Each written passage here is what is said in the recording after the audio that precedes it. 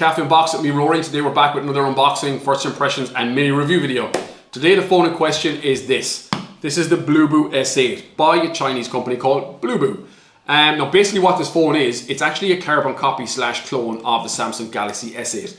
In what sense do you mean? It's copied in the sense that it has an 18:9 aspect ratio and infinity display. I was playing around with this phone for a few days, so I'll give you a review of the phone and let you guys know what I think. I was really surprised with this one. I wasn't expecting much because it only cost 120 quid. It did come from China, and I have knocked a few Chinese manufacturer phones in the past, but this one took me by surprise. I actually think it's a pretty decent phone for the value. I picked it up on Banggood for 120 quid, plus postage and packaging, came in around 130 euro, and like I said, it ain't half bad at all, okay? I'll give you an idea of the specs, I'll do a quick unboxing, and I'll let you guys know what I thought of the phone. So it's got a MediaTek octa-core processor, Android 7 straight out of the box. It's got the 18:9 aspect ratio with a 5.7 inch display. That's 1440 by 720p. It's got 3 gig of RAM, 32 gig of storage, and it has a 3450 milliamp hour battery. Now, when we do the unboxing, I'll actually let you guys know what I think of the phone in question. So as you can see, it comes in a box pretty similar to a Samsung Galaxy S8 box. We'll go ahead and take the lid off, and inside you're met with the phone. Already you can actually see it does look pretty similar to a Samsung Galaxy S8, okay? So we'll take the phone out and let you guys know what's in the box. So in the box, it comes with this kind of like cardboard insert. And in that insert is, you have a little kind of silicone case, right? With a kind of, you also get like a screen protector. No, it's not tempered glass, it's only plastic, but you also get it. You do get headphone, 3.5mm headphone jack to USB Type-C adapter. So they got rid of the headphone jack on this phone, okay? And let's be honest guys, headphone jacks are going to become obsolete in almost every device in a few years time, so we might as well get used to it right now. I'm sure everybody's going to come up with some really good tech to make wireless sound equally as good as wired sound. I'm sure that's going to happen in the future. And you also get your warranties, instruction manuals and stuff, okay? Put that to one side. Also in the box, you get these little inserts, and you get your USB Type-C charging cable, and you get your power brick. Now, it does support fast charge. How good it is, I'm not too sure. I haven't actually tried it out. I was just using my other charger at home. But I heard online, looking at other YouTubers' reviews, it's actually pretty decent. Now, for all you Europeans out there, you're fine. You can survive on this. But over here in Ireland, and you guys in England, we're going to have to get ourselves an adapter for that, okay? Now, onto the phone itself. So it comes in this little plastic insert. We'll pop it out. Now I also found that you don't have to peel that little casing off or the little sleeve off. You can just actually slide it out. It comes off a hell of a lot easier that way. So I'll power on the phone and give you an idea of what I think. So when I did unbox this originally, I did actually think it felt pretty heavy. It's got a good build quality. It's got a reassuring weight to it, but it is a little bit heavy. Now remember, it's only got a 3500 milliamp hour battery, so it shouldn't be overly heavy, but it is pretty heavy, okay? It's quite thick as well. In that context, it kind of reminded me more of the LG G6 rather than the Samsung Galaxy S8 on its thickness and its weight.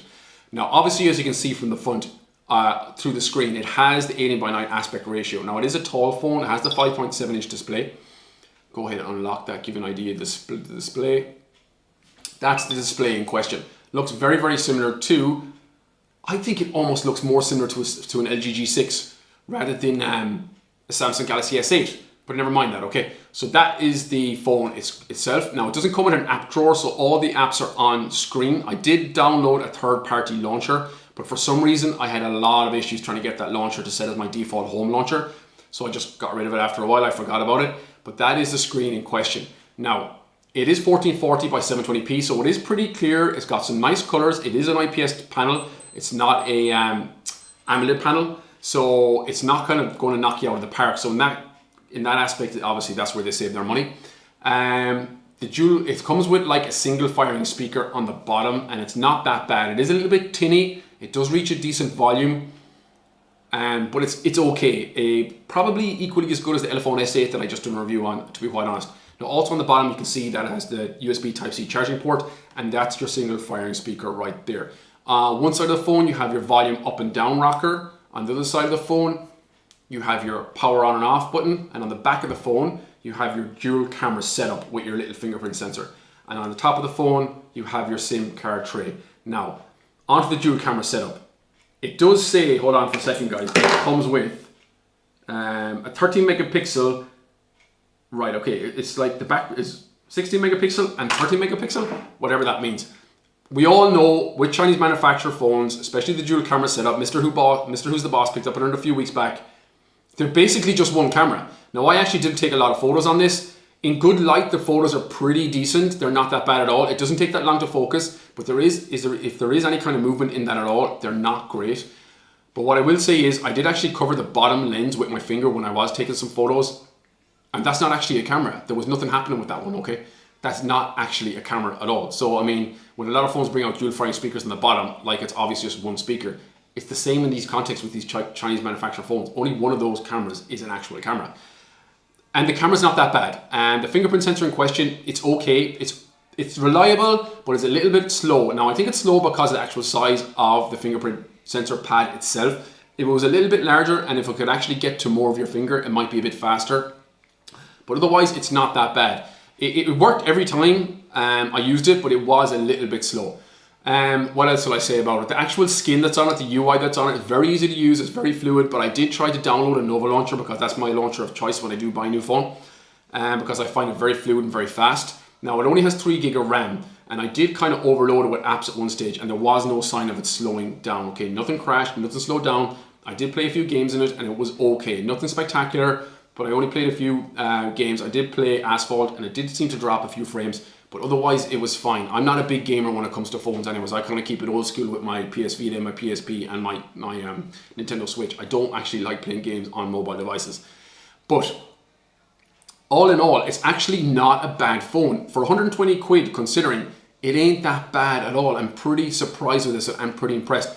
If I could get over the weight issue and the thickness issue, I would actually say this phone is a steal for 120 quid. Not a lot of good stuff comes out of China. Some of the smaller companies haven't kind of got the funds in the research and development to come up with some like crazy ideas. Like Xiaomi right now are coming up with some really, really decent phones, but especially smaller companies like Bluboo or Doogee and all those kind of companies, they're doing okay. Basically, they're just copying larger companies, but they're doing okay. They're doing an okay job. Obviously, they're selling phones where they're from, and I'm buying phones because I do like to see what they're made of and what they're coming out with. And I do in this is a perfect example. I was actually really surprised with this phone. I would have absolutely no problem continuing to use this phone. If I could only afford a phone that was 120 quid, I'd have no issues with this. I'd have no bones about this phone whatsoever. That was my first impressions of this phone. That was my mini preview. Like I said, it's decent. I'm impressed. I was less impressed with the Elephone S8, if I was quite honest with you, with all the spec that carried. That was a bit of a letdown in a lot of departments. But this one, when it arrived, I had absolutely no expectations with it, and it actually ended up being a really decent phone, okay? So that was my first impressions and unboxing of the Bluboo S8. You can get this in 3 different variants. It does come in this version, which is the S8. It comes in an S8 Plus and an S8 Lite. I haven't seen them on Banggood or GearBest, but you can. I have found them online, but I just don't know where you can buy them. But they do come in 3 different variants, and they do come in a selection of different colors, blues and silvers and stuff. Now, the front is Gorilla Glass. Now, it doesn't clarify what Gorilla Glass it is, and the back is plastic. It is a fingerprint magnet, as you can see. I thought it was glass actually when I picked it up first, but it's not, it's plastic. But it is an absolute fingerprint magnet. I actually have microfiber continuously with me to wipe that fucking phone now because it drives me mental looking at it, okay? But that was the phone in question. In my opinion, yes, it's absolutely worth the 120 quid. Go out and buy it if you want something that looks like a Samsung Galaxy S8. You could actually download a launcher on this if you can set it as your default launcher to make it look like completely a Samsung Galaxy S8 with the kind of skin or the UI that's on that. So that's it, guys. Don't forget, if you like my videos, give me a subscribe, drop a comment, like my videos or dislike them, whatever you feel like doing. And don't forget, you're always going to get kind of quality unboxings and genuine reviews on this channel. I will tell you guys what I think straight off the bat, okay? So that's my video today, guys, and we'll see you next time. Bye-bye.